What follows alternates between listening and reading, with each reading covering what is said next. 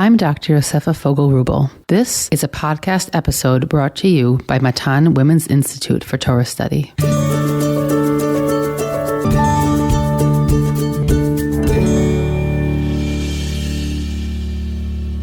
Welcome back to our Dvarim series titled Torah from Our Teachers. Moshe is our greatest human teacher, and the book of Dvarim includes his monumental addresses to the nation. Each week, our guests will share with us Torah learned from their most influential teachers. This week's episode has been sponsored by Sari and Yair Givati in honor of their daughter Yakira's bat mitzvah on the 8th of Elul. For those of you who love listening weekly, sponsoring an episode is a wonderful way to show your gratitude for the high-level content we try and put out each week. For more information, contact me at podcast@matan.org.il or the Matan office directly. In Parshat Ekev, Moshe is deep in what we're calling the mitzvah speech, the central section of Dvarim. He speaks about reward for mitzvah observance, the journey in the desert and its lessons, mostly from the people's sins, the importance of blessing God for the good and not forgetting him during those good times. He reviews the whole golden calf episode and Moshe's prayer and the receiving of the second luchot. And the final section, Moshe again urges the people to follow the mitzvot, including in the second chapter of Shema, which focuses on the theology of reward and punishment. My partner in conversation today is the amazing Dr. Tanya White, a beloved lecturer at Matan's Jerusalem and Renata branches, a returning podcast guest, and most importantly, a dear friend. She's been on the podcast too many times at this point for me to mention each episode number. A collection of Tanya's articles, blogs, and published materials can be viewed on her website, www.tanyawhite.org. Tanya, it is a pleasure to have you back on the podcast. It's great to be back with you, Yosefa. Other than always looking for an excuse to speak Torah with you, I really wanted you to come on for this series in particular because you're one of these people in my life personally that has this kind of influential figure, that it's very clear for you who has, of course, there's been more than one, but there's also a very significant one who has really informed much of your Torah worldview. And so I wanted you to come in this series and speak with us a little bit about Rabbi Sacks, what he meant to you personally, and of course also share some of his Torah through the refraction of your heart and how you really process that. So maybe take us sort of to that space of what Rabbi Sacks has meant to you, what kind of interactions you had with him. So firstly, thank you for having me again. As you said, I always love talking Torah with you, both on and off the podcast. I'm particularly excited today to talk about my mentor and in many ways my inspiration on many different levels. I often say I don't know where Rabbi Sacks' thought ends and my thought begins. He was so influential to me at so many different stages of my life, from, a student in Bnei Akiva, a high school student, all the way to today. And please God, an upcoming podcast on Rabbi Sacks' books, which I'm at the moment working on. It's a very exciting project. I think he informed so much of my own thinking, the way in which I thought about Torah and the way in which I thought about life, really. But as I grew up, in the same way that Lahavdil, the Torah grows with you and you recognize different layers and layers of it as you get older and as your wisdom grows and your outlook transforms, I felt and I feel that the same has happened to me in terms of Rabbi Sacks' writings. When I was much younger, there was a way of reading him in a certain way that was, I guess, maybe simplified. And as I grew older and as I've become, after doing a doctorate in philosophy and really kind of looking at his work from a different prism, as you said, I recognize that there's so many layers there that I hadn't actually originally understood and I hadn't actually originally recognized their profundity. So for me, it's so much more than just a figure. It's also his written legacy as much as anything else. What I'd love to share with your listeners today is a little bit of the way in which I see Sefer Dvarim as a whole, specifically Parshat Ekev, speaks to Rabbi Sacks and who he was and what his philosophy does. And I want to begin by just thinking for a second with you, and I know you've already spoken about this in some of your previous episodes, about Sefer Dvarim itself. It's the first time what we see until this moment, till Sefer Dvarim, we've seen kind of the Torah narrative of events. And all of a sudden, for the first time, we have it being told stories that we already heard from a human perspective. In many ways, what's so profound here is that Moshe actually takes himself out of the picture. We have very little mention of Moshe. He puts God and people back in the center. And it's almost as if it's a parallel to Sefer Bereshit, whereas Bereshit is God contracting himself to make space for man. What we see in Sefer Dvarim is Moshe contracts himself to make space for God. And right after Rabbi Sacks died, I wrote an article for the Jerusalem Post, and it was an article that essentially imagined, and it was I guess a little bit chutzpahdik, but afterwards I got feedback from people in his family as well, so I felt that it had been justified, where I imagined a conversation between God and Rabbi Sacks as he came up to heaven. And I imagined God turning around to him and saying, while everyone else was writing my eulogy, you were composing my biography. That what Rabbi Sacks did for religion, for God, was to put him back on the center stage, to put him back in the middle, to put him back in the narrative. So in many ways, I see what Moshe doing, lahavdil, obviously, what Moshe did in Sefer Dvarim for God is in many ways, so many ways, what Rabbi Sacks in a modern day way did for God in a time in which, as Nietzsche said, the death of God was has become an accepted way of understanding God and understanding the world. And Rabbi Sacks really showed us how God is, religion, forget even God, but religion, the idea of transcendence, the idea that there's something more than me, is so central to society, to the sustainability of society. And I think that's what Sefer Dvarim is about. Sefer Dvarim is really about this idea of, it asks the question, how do we sustain a society? When Moshe speaks to the people, what he's saying to them is, it's less about, he doesn't speak to them about going to conquer the land. That's less the challenge. The challenge, and Micha Goodman speaks about this in his book, The Last Words of Moshe, the challenge is not so much conquering the land, but how you remain in the land once it's conquered. And Rabbi Sacks, in his book, Future Tense, expresses a very similar sentiment. He said there were two stages of Zionism. The first stage of Zionism was procuring the state. How do we get a state? How do we create that first movement, that first state? But the second stage is how we sustain the society once the state's created. And 75 years on, I think that is the challenge of the moment. That's the challenge that we have today. And maybe Sefer Dvarim is the book that we can turn to in order to learn and to try and understand, to try to navigate this period. So I actually, before you mentioned him, I wanted to mention Micha's book, which is really great. I'm really enjoying it. Actually, I'm rereading it now as we're doing these episodes.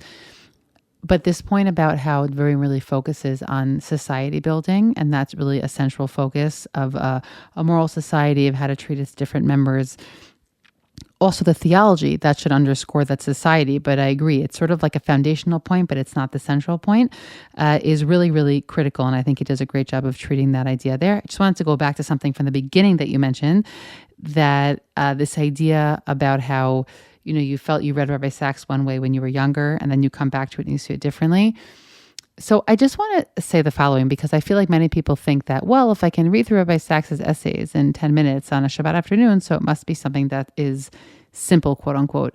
And I hear the sentiment spoken about, and I actually just want to put it on the table and say that most people, when they read Rabbi Sacks' work, they're like, oh, well, Alexis de Tocqueville, who they don't know who he is, but they know who he is because they read Rabbi Sacks. Meaning you have all of these philosophers and thinkers who, like, you feel as if they're familiar, but many people reading them, the regular folk, let's say like me, they haven't read a lot of the originals, okay? And so one of the many ways you can then go and deepen your understanding of Rabbi Sacks and his profundity is also then when you get older and you've read some more of these works, and then you start seeing really what his work of synthesis was, and really what his mastery, meaning know he has a mastery of a whole body of literature and a world of ideas that mostly people don't have access to. But as you get older, and if you become more familiar with these texts, you really start to understand, as you said, like the deeper levels. And I feel that a lot of people feel that, well, since it's in English and I can read it and I can sort of get the idea, then somehow people feel that it's something that it's easily graspable. And that, I think, is part of the gift of Rabbi Sacks, is that he can be understood on many levels, right? It can be understood on many different levels, which is not true for everybody. There are commentaries that you really can't access until you really enter into their vibe. And I think the brilliance of Rabbi Sacks is that he had this ability to touch at things from different levels. And so even if you don't really understand the proof text he's using, you don't really know anything about the philosopher that he mentions, you can still come out and really understand what he's trying to tell you. So I think that piece is so important, and also such a gift that you can have somebody who guides you in a younger stage and that you feel grows with you, when really it's that you've grown with them, meaning they were on a high space, but then you get to a level where you can actually begin to appreciate the brilliance of that person. Yeah. So I've spoken to many, many people. Thank God I really have had the privilege of being close to and speaking to many people who were extremely close with Rabbi Sacks and intimately close in terms of his day-to-day lives, people from his office and people from his family. And one of the things they said, all of them, is Rabbi Sacks didn't sleep, and all he did was read. He would read a book a day. A book a day. I want us to just think and stop for a second. He would sit at night. He said one of his greatest gifts was the light, the reading light. So he didn't keep Elaine awake. He would put his reading light on his book, and he would basically read a book a day. And both his brother Alan and Dan, who worked in his office, told me that he literally would read it and he would underline the points, and he would say to them, oh, you should read this in this book or this in this book. And he would claim he didn't have a photographic memory, but clearly he had a photographic memory. But the point was that he didn't just scan it, he read it. He knew exactly what was in each book. A book a day, okay? A book a day. And of every topic, Dan said he kept Amazon in business. He would get deliveries of books every day. I think that if we just read his Parsha without understanding his philosophy, understanding the books that he wrote from the beginning to the end, we, in a sense, sometimes we might lose a little bit also of the Parsha because they're all interweaved. So I want to take that idea and I want to speak today about Parshat Ekev, and specifically about the idea of what it is to build a society. Rabbi Sacks, we said at the beginning, his early books were far more parochial. They were focused on specific Jewish questions, more idiosyncratic. He was talking about peoplehood and Judaism and modern orthodoxy and inclusivism and things that were related directly to Judaism. But as he became more of a prominent and dominant figure in the United Kingdom, he became chief rabbi, he then became a lord in the House of Lords, he recognized that he had a platform in which his voice was a voice as a public intellect, but a religious public intellect. Somebody who was able to use his faith, his communal ties, his communal moorings, and use them in order to bring a message out in a more universal way, in a language that other people would understand. And by the way, this ties into one of the biggest novelties, one of the chidushim that Rabbi Sacks brings in his work, which is how we navigate the path between being a particular religion and at the same time being people in a universal world with a universal mission, and how we're able to navigate that path. It's far beyond the scope of our 40 minutes that we have today to discuss how he does that. But I want to say that I believe that Rabbi Sacks himself lived it. Not only did he teach it through the novelty of his thought, I think he himself lived it. There's two things in this parsha that I want to address, and I think that they, in some senses, they are characteristic of much of Rabbi Sacks' thought. One is the idea of the Shema, the act of listening as central to faith. And the other is the challenge of forgetting. We know in this week's parsha, we have the famous idea of, you're going to come into the land, and when you get into the land, you're going to forget. You're going to forget God, and you're going to have big houses, and you're going to have lots of crops, and you're going to have lots of flocks and all these things, and you're going to forget God, and you're going to say, you're going to turn around, and you're going to V'ram levavecha, your heart is going to become haughty. V'shachachta et Adonai Elohecha, and you're going to forget God, right? And you're going to forget everything that he did for you. And you're going to say in your heart, Kochi v'otzem yadi asali et hachayil hazeh. I did all of this greatness, it's all me. And I think that was something Rabbi Sacks was really, he was very, very aware that the challenge for any society was less about the idea of poverty and things like it was more about the idea of affluence, more about the idea of the individual thinking, I am everything.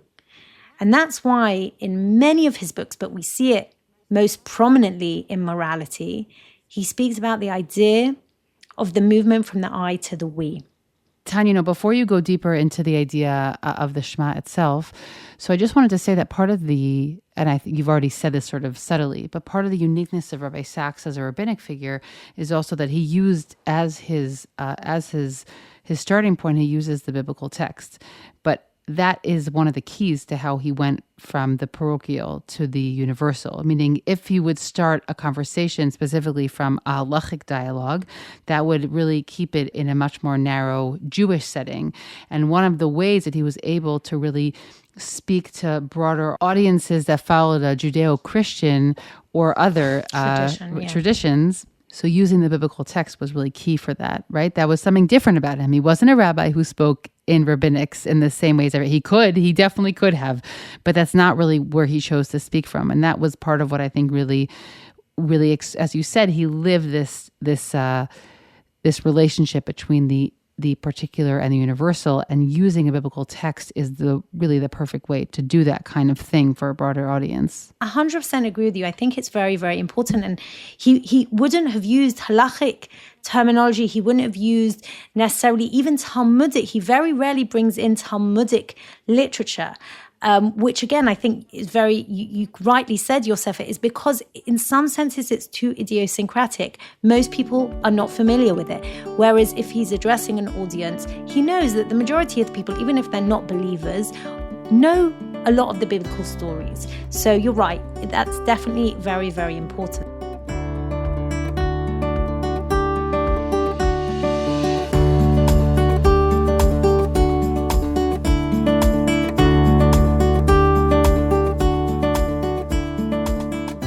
I wanted to speak about so many things I could have chosen to speak about, but I decided to speak about two different elements of the parsha this week. One of them is the idea that we know that the Shema v'hayim Shema tishma'u, the second paragraph Shema, famously comes up in this week's parsha. And Rabbi Sacks here speaks very much about the idea in his commentaries on this week's parsha, and generally, he speaks about the importance of hearing. Why is that important? And I want to just go back. I remember that after October the 7th, there was this emotive video. I think it was when the soldiers went into the police station in Ofakim. And I don't know if you saw it, Yosefa. And in order to, as they were going in order to let the people who were in there being held captive or being held hostage in there know that they were Israeli forces, they screamed out to them, or like either way, for them to know that they were Israelis, they screamed out then, Tagidu Shama. And it was like, if you watch it, and I'm sure you can find it online, if you watch it, it was like, it made me cry. And it reminds me of, that the famous story about when they went to the orphanages after the Holocaust, and they found the children, and they thought, how are they going to know they're Jewish children? So they started saying Shema, and the kids responded. Why is Shema the kind of the central liturgy in our liturgical prayers? Like, why has it become so central? Because it represents, and this is what Rabbi Sacks says, it represents what Judaism is about. Until Judaism came along, if you look at ancient Greece, ancient Egypt, all of them were cultures of the I. But Judaism brought something new. Judaism, when it brought to light monotheism, when it brought this new idea of there being one God, it also brought the idea of things that you can't necessarily see, right? If we think about wisdom, if we think about philosophy, epistemology, which is the study of knowledge, for the Greeks And even for the Egyptians, what you saw was what existed. Their gods were things that you saw, okay? All their gods were in nature. And Judaism says no. Knowledge, what we know, is not necessarily always what we see. Actually, the deepest representation of knowing is lishmoa, is to hear, is to hear. Why? Why hearing? Because when we listen to the other person, that is a spiritual act. In many ways, the closest words, Rabbi Sacks says, to obeying, lisayet in Hebrew is to obey, mitzvah lisayet. But really it's lishmoa, to hear, to listen.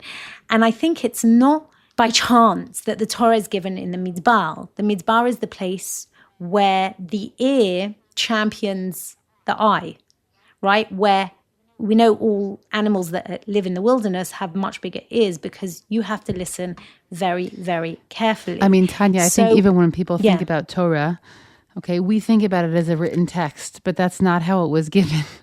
It was given through a hearing medium, so much so that many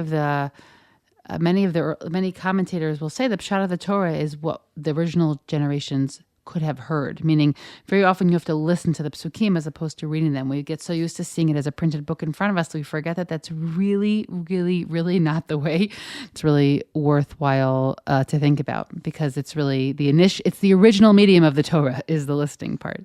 For sure. And if you look at even in the Gemara, Tashma, Mashma, all of it is about come and hear, come and listen. Even Torah shebichtav and Torah sheba'al peh. The Torah, the oral law, is meant to be spoken from one jet. Torah sheba'al peh comes through the mouth. It's meant to be heard. It's meant to be spoken. And I think that this beautiful idea of, by the way, also, im shemoa tishma'u, that's the second paragraph of Shema that we have in this week's parsha. And it means if you listen to God's commandments, and we kind of tend to think that it's related to this idea of sin and punishment. If you listen, then this will happen. If you don't, then this will happen. But really what Rabbi Sacks tells us is that what God is saying to us here is if you hear God, there's no need for sin and punishment. Because that relationship, that covenantal bond between the people and God will in and of itself grow and develop if you're listening. And what does it mean to really listen? And this for me is so Sacksian. In fact, I would say it's like quintessentially Sacksian idea. And that is that very often we get locked in the kind of narcissistic self. And I don't mean that we're all narcissists. I mean that ever since the Enlightenment, society has kind of been driven towards a radical individualism, because ultimately what happens is that morality moves away from God, away from an external authority, right, which was God, towards an internal authority, which is very Kantian, right, which is that I am the protagonist of my own moral ethic. And I, using my rationale, using my emotions, whatever empirical experience, I am able to dictate, or I'm able to tap in to the moral mandate. But what happened is, and Nietzsche very famously said, is that when we killed God, right, when we took God out the picture, we actually wiped away the horizon. That's what Nietzsche says when he talks about, the death of God in the words of the madman. And it really always got me thinking about this idea of what does he mean that we wiped away the horizon? The horizon essentially is the place that doesn't exist, right? It's always something's always on the horizon. When you get there, it's more. It's that place that's beyond. And I think that in many ways, when we killed off God, or, in some ways what the Enlightenment happened is like God was taken out the picture, it's obvious that it was going to go to radical individualism, because when there's nothing that transcends the self, when there's nothing that's outside the self, then there's nothing to stop us only looking at the eye. There's nothing to say to us, hold on. There's nothing to mandate us to see beyond the eye, to look outside the eye. And what Rabbi Sacks his whole life work, and I actually think it was deeply also a biographical experience. It was an experience of his own life. He very often, his TED Talks and morality and many other places, he speaks about the fact that he was on the campus, in his university campus, and and he was so self-involved, and all of a sudden he saw this woman across the campus that was everything he wasn't, joyful and full of life and spirit, and he was with this existential angst, and he says that, and that was Elaine. And he always speaks about the fact that Elaine allowed him to grow because she was so different to who he was. And he speaks about the fact that we're transformed by the people who are different to us, who are outside of us, that we're not able to take ourselves out the prison of our own thinking unless we have something that helps us to get out in the first place. And for Rabbi Sacks, that is listening. When we listen, Shema Tishma'u, listen. Don't look for God. You're not going to find him. Tanya, there's another place where Rabbi Sacks writes about the seeing, hearing dynamic, and it's also by the first sin. And he says if you look at it's one of his essays in Bereshit, where if you look at the story of Adam and Chava, really what ends up luring them away is their vision, right? Of like, pitom, the woman sees, that, this is tasty. This is something that looks great. Meaning after having that conversation, a not great listening exercise with the Nachash. So all of a sudden she sees things differently. And then we see that their perception of self, going back to what you said, immediately shifts, right? Their perception of self, their perception of shame. And you could read that essay there. I just want to bring it as a compliment to what you're saying, which is this idea that he really saw a clear hierarchy between hearing versus seeing. And just as a way of sort of bringing something that kind of balances it.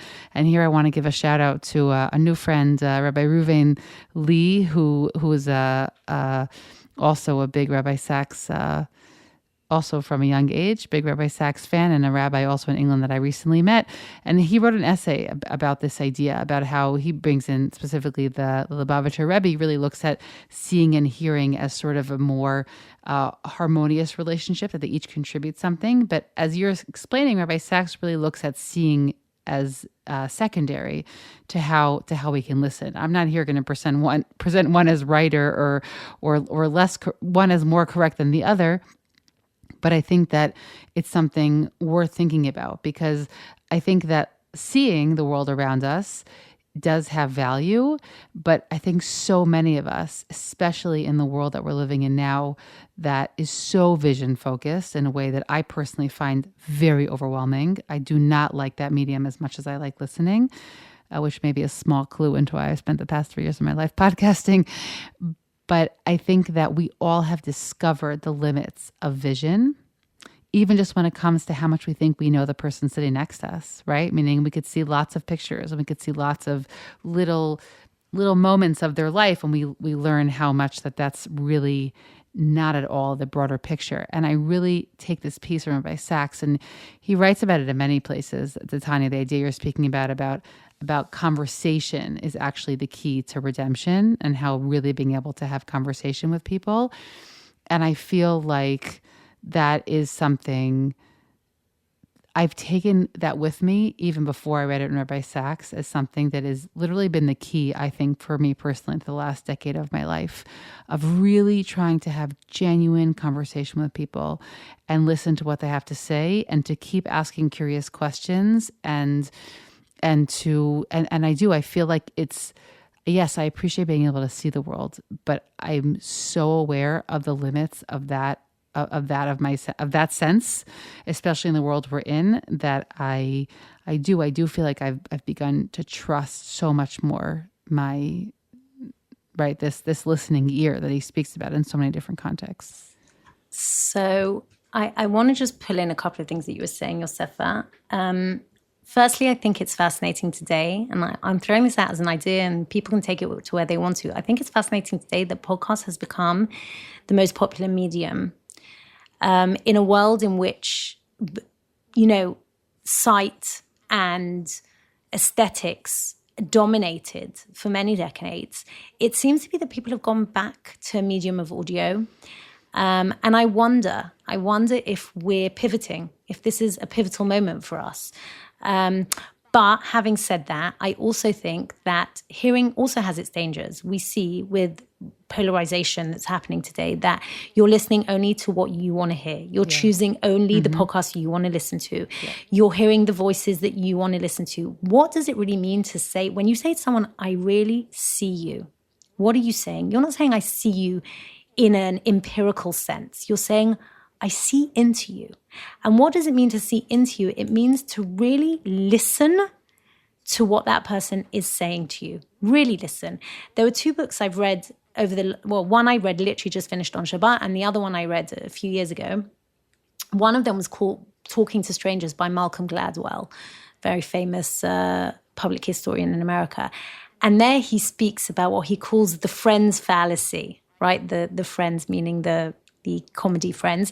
He says in Friends, like, we believe that every time you look at someone, because you know exactly how they're going to react, you know how each of the characters is going to react. So you think that the way someone reacts, you're going to be able to read their faces and know exactly what they're thinking. He said, but in reality, that's not true, because people know how to act and cover up.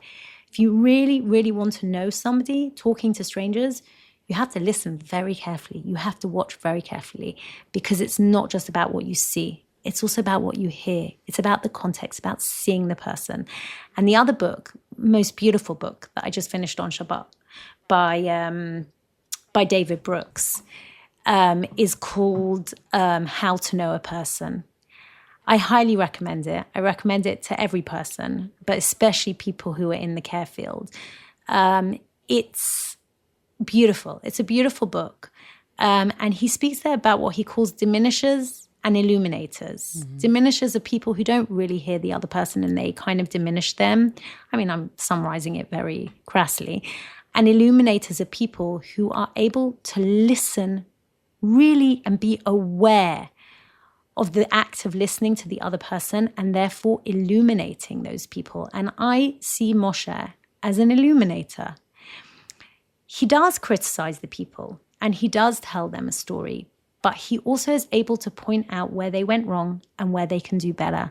And he does it in such a way that he illuminates them. And here I want to, if it's okay with you, Yosef, I want to draw in a story about my experience with Rabbi Sacks himself, because I believe that Rabbi Sacks didn't just teach us about the art of listening. He does it in all of his books, many of them. In the book Morality, his last book, he specifically talks about it because he talks about the notion of civility and how civility has gone downhill and we don't know how to listen to each other in society anymore. And he has an entire chapter in that book about ways to argue.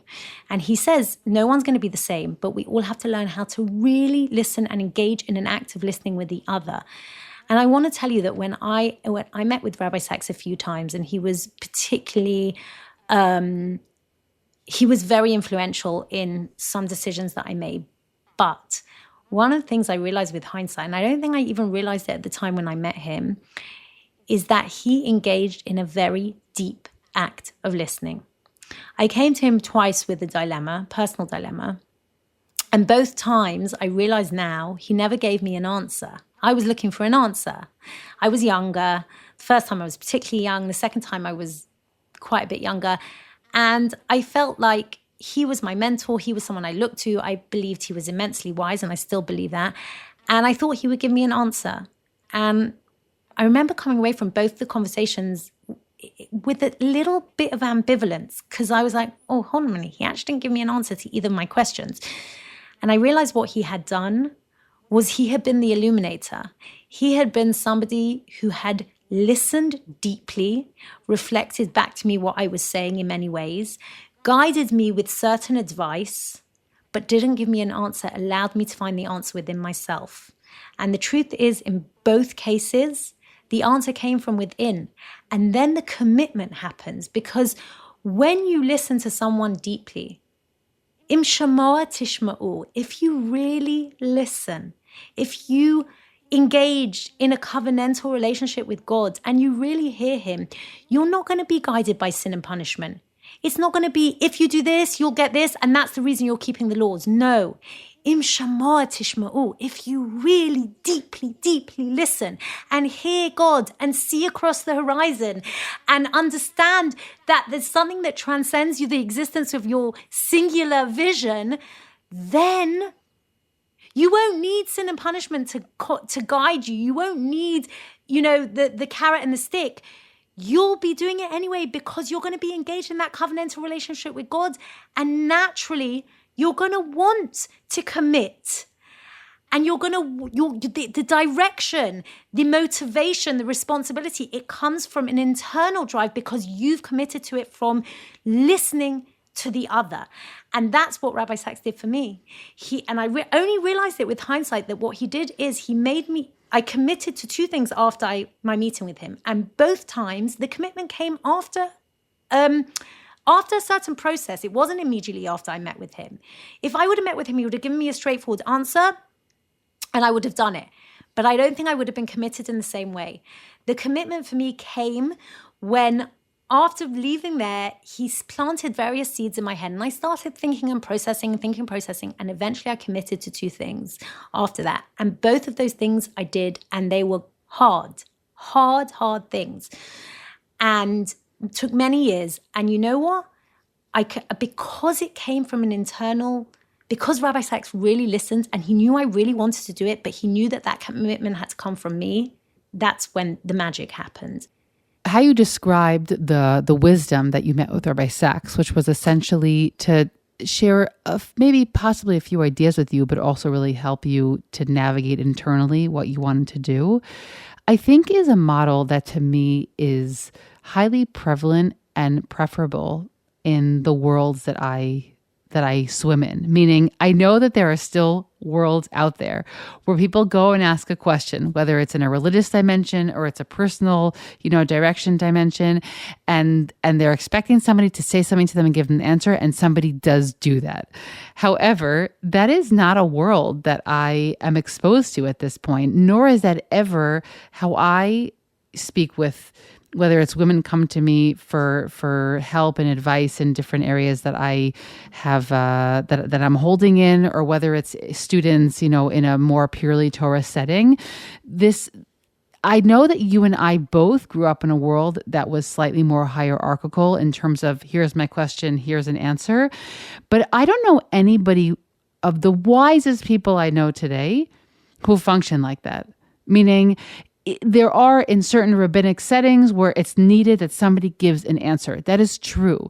But when people are coming looking for life advice, the wisest people I know will try and do what you're describing that Rabbi Sacks does, of trying to deeply listen to the person in front of you, because no one can plant in something in them that they don't have. So all you can do as you describe this radical act of listening, and sometimes they're missing some information. And then with that information, they could really make a better informed decision. Or as I often like to say with students, sometimes when we get stuck in our own thinking, we often miss hidden option C. I'm just saying that the process you're describing with Rabbi Sacks, first of all, I hope that all of our listeners have people in their lives. They don't have to be with the grandness of Rabbi Sacks, but they have people in their lives who can help reflect back to them what they're going through and be able to maybe sometimes offer a missing link. So I hope that everybody has that experience is really what I want to say, because I think that in a world where people do have autonomy, whether it's religious autonomy or just autonomy of decision making, I think that that's the healthiest way to go about things. And that's what Rabbi Sacks says, is that transformation, he says in morality, he speaks about the idea of self-help books. And he says, self-help books are great. And his brother Alan said he really did love self-help books. Yeah. He said, but they can only take you to a certain point, because ultimately you need someone to pull you out from that. I just want to take that sentence from you, which is that what we're not saying is that autonomous means you could be alone. Meaning autonomous means you make your own decisions, but we need community around us to help us come to decisions that we feel good about, and then we can feel supported in. So the last point I want to say relates to the idea of forgetting, which comes up again and again. Im shachach tishkach, if you remember, if you forget God, and it comes up repetitively in Sefer Devarim, specifically in this week's parsha. And for Rabbi Sacks, it was a pivotal part of society building, the danger of forgetting. And he asked the question, how do you defy entropy? How does a society defy entropy? And he says that one of the ways in which we do that is to remember and not forget. What does that mean? Not forget where you come from, not forget who you are. Okay, he speaks very much again and again in the world in which we're in today, this post-identity world in America, where people want to forget. They want to forget their past, they want to forget their history, they want to forget even that maybe their familial ties. And Rabbi Sacks says one of the greatest human needs is to belong. Belonging allows me to see that I'm part of something bigger than myself, bigger than the I. And it moves me from the I to the we. It moves me from a life of fate, of randomness, to a life of faith. Rav Soloveitchik calls it fate to destiny. And Viktor Frankl, for example, calls it fate to meaning. Rabbi Sacks calls it fate to faith, because faith is when I connect with something that is positioned outside the self, when I'm part of something bigger. Right? When I recognize I have an identity, that identity mandates me towards something bigger. I have a responsibility to my past. I have a responsibility to the legacy in which I'm born into, to the values that came before and continue after me. And in his book, Radical Then, Radical Now, in America called A Letter in the Scroll, he says, Judaism is, you are a letter in that scroll. Imagine a massive library and there's millions of books. But there's only one book, and you could potentially choose any of those books and step into any of those stories, but there's only one book with your name on it. There's only one book with the history of you in it, of your ancestors and your parents and great-grandparents and great-great-great-great-grandparents and your people's story. And that book has an empty page, and that page is waiting for you to write that story. And that, for Rabbi Sacks, is why it's so important for us to not forget where we came from, not forget God, not forget there's something bigger than the I that exists in this world, something transcendent, and not forget on the shoulders of who we stand. So I think that this kind of idea of remembering is so important in Sefer Dvarim, because without the act of remembrance, there is no society that is sustainable. We have to remember. And by the way, memory is painful. Look at what we've just been through. One of the worst chapters in our modern history of the Jewish people. It's super painful. Many of us are repressing our emotions at the moment. Many of us don't want to think about things. Many of us are not reading things that happened on October 7th because it's too painful. But we will have to navigate that space of how we integrate that moment of pain, of tragedy, of history into our communal, into our collective memory. And it's a very difficult thing to do. But Judaism does it in the most amazing way. And how does it do it? Moshe tells the story. That's what Sefer Dvarim is, telling the story. And I want to finish by saying that the next parsha, Parshat Re'eh, to me, it weaves seamlessly into what we've been saying here. Tanya, two things in response very quickly. One is that the development of events here is very critical, because the text you're pointing to is the end of Perek Chet, the beginning of Tet. And you have first, V'haya im shachach tishkach et Adonai Elohecha, that if you forget God and follow these other gods, and then right after is the passages of Shema Yisrael, okay? Meaning it's not the passage from our Shema, but Shema Yisrael, ata over hayom et hayarden, right? It's the way that he calls attention to Am Yisrael. And I think that in light of everything we just said, that because we're putting such a focus on listening, you have to have another element of being that is going to back up the listening. Meaning, if you're not focusing necessarily on sight, okay, then you need to be able to commit something to memory. And so I think that you need both the remembering and the hearing together, because hearing is something that can really kind of go in one ear and out the other, but you need to make it stick in between the ears. And that's the act of actually remembering. And so I think that it's really significant here in light of everything we said about listening. And one other piece I just want to say is that while this episode will air after Tisha B'Av, we're recording it the night before. And that Tisha B'Av is this has been this experiment over 2,000 years, how we remember tragedy, essentially, and how we shape memory of those events. And there are many very moving examples. I will just say that this year, I haven't looked through it yet, but I know that Sohar put out a new booklet, specifically in English, that has some sort of correlation between Tisha B'Av and how we've molded those ideas, and also what's happened in the past year or since. And I know there's some new piyutim. Exactly. They wrote new piyutim. Again, this is all going to be after, hopefully, some of our listeners discover this. But I just want to say that this behavior, or this need to sort of shape memory, is not going to be a new thing for us. Meaning, we've been doing this for many, many years. We have a lot of practice, and unfortunately, we're adding another event to that litany of pogroms and difficult times that we've been through, which, by the way, I love that you spoke about it in past tense as if it was over. Because No, so funny, I was just going to say, for those that are interested, you can go on my website because it will be up by then. I just finished writing something I'm going to be doing a video for about Tisha B'Av. And that's exactly what I said. We're still in it. But fascinating enough, if you look in the Gemara, even in the immediate aftermath of the Churban, they were navigating memory. They were navigating how do they grieve and and I think that it is something we're all grappling with. Yes, everyone's saying we're still on October the 7th. We're for sure still there. We don't know what's going to be tomorrow. But that doesn't negate the imperative, even in this moment, to navigate our grief, to navigate our memory, whatever that happens to be, and to try and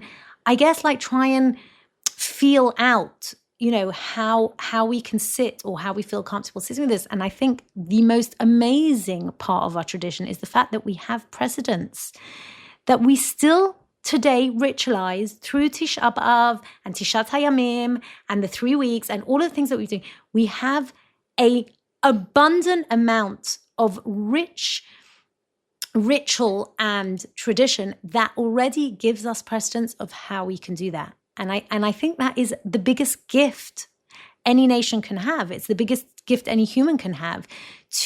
If we eschew our identity, if we eschew our history, if we forget, we don't have the wisdom of the past to guide us. And that's why our tradition is so important to us.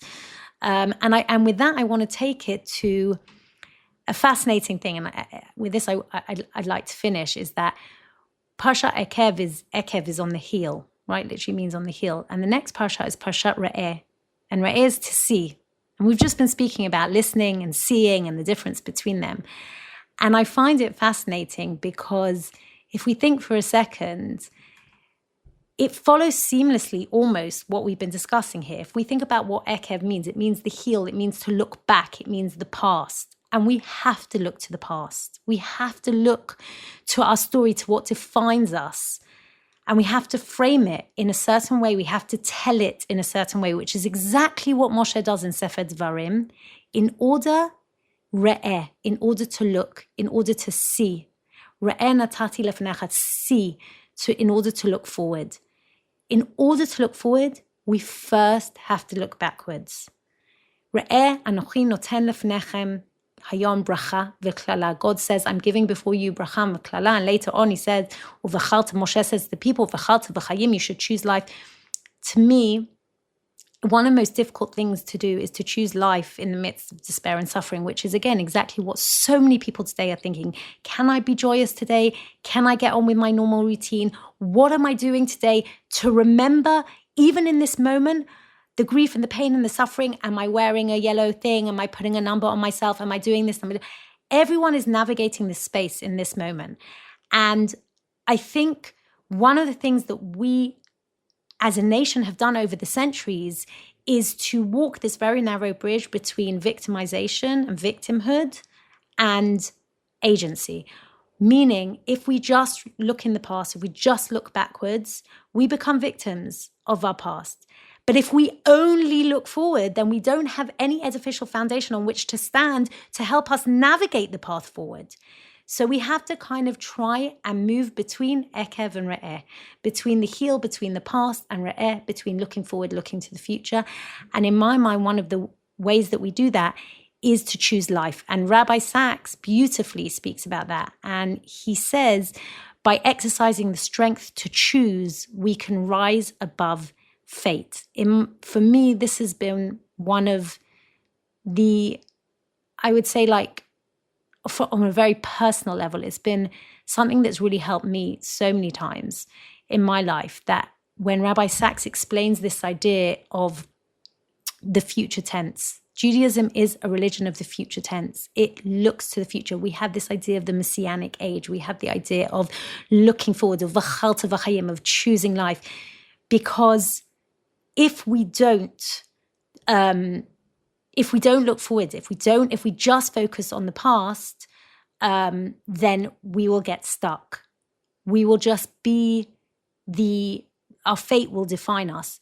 But if we're able to rise above that, to remember the past, but also to use it as a way of navigating the future, a way of choosing life and moving forward, then what we are able to do is, the future is the arena of possibility. We are able to choose many, many possibilities in our future life. That is where the choice is.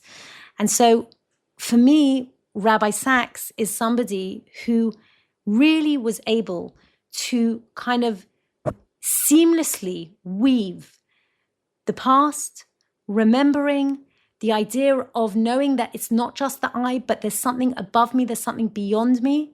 And at the same time saying we're human beings who are free, we have choice, we have agency, and we are going to use that choice and agency to take with us in our backpack everything that belongs to us, that makes us who we are, and we're going to use it in order to climb that mountain and to make a difference in the world and to act responsibly and to see the horizon and keep walking towards it. And that's what guides me. That part of Rabbi Sacks' legacy, to be able to do both of those things, to know that the self is defined not just by the choices we make in the present and the future, but also by the commitments that come with us from the past.